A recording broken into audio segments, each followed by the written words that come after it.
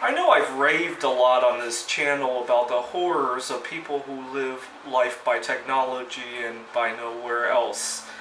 And it's kind of ironic that I'm uploading this on YouTube. And even though I love technology, I use it as a way to learn and then to apply my knowledge to the real world.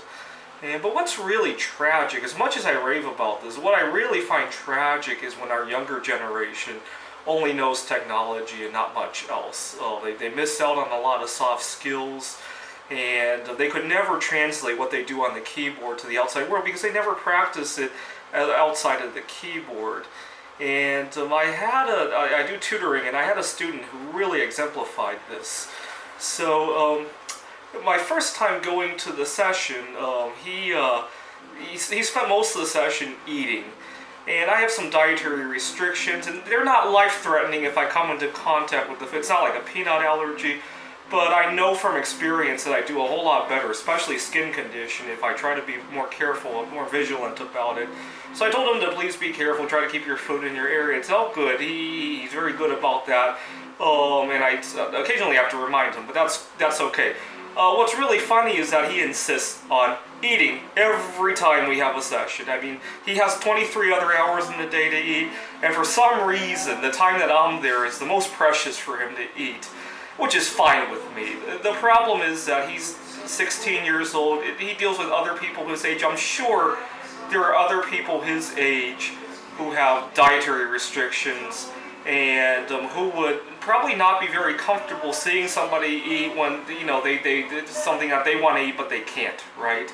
I'm kind of old enough to be immune to that problem, but I'm sure he has friends who are 15, 16, 17, and even though, by the time you're 16, if you have a life-threatening allergy, you probably don't crave physically those foods anymore, but you might miss out socially, right? I'm kind of immune to that too. And my client, he doesn't seem to have a care in the world, and it's kind of funny, like I said, he has 23 other hours in the day to eat. If we live together, yeah, he can't avoid that, but I spend an hour with him 3 times a week, and he still finds that hour to be the most precious time in the day to eat. And the reason I think this is technology related is because he can do this all day in front of the keyboard, right? It's not until he goes out and he does this in front of his 16-year-old friends and he realizes it's a problem, right? The other thing that happened that really showed how techno-nerdy he was, he's studying AP Computer Science, by the way, that's why technology comes into play.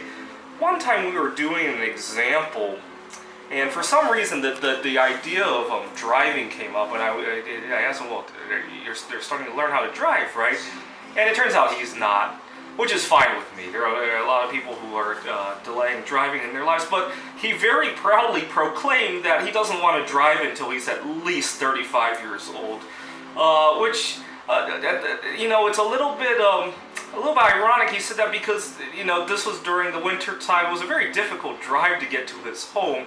And again, he ought to be sensitive if he's talking to a friend of his. I mean, I'm old enough to be immune to this. I've driven 12 other winter times, and I'm kind of old enough to be immune to the idea of driving during the winter time. But it just goes to show he's probably never dealt with somebody his age, because I know he would instantly realize it's not a good way to make friends if he does. It's just really tragic. People live life on the keyboard. They don't know how to live life outside of the keyboard. And that's one of the horrors. That's why my heart sinks every time I drive past an apartment building and there's just trucks of groceries, toilet paper. These people will never know how to buy toilet paper at the local store. It's just kind of tragic. If we have some kind of technology of shutdown of some sort, like a Y2K problem, these people are, I want to see what would happen to some of these people. I would imagine there could be almost a small-scale disaster if that were to happen.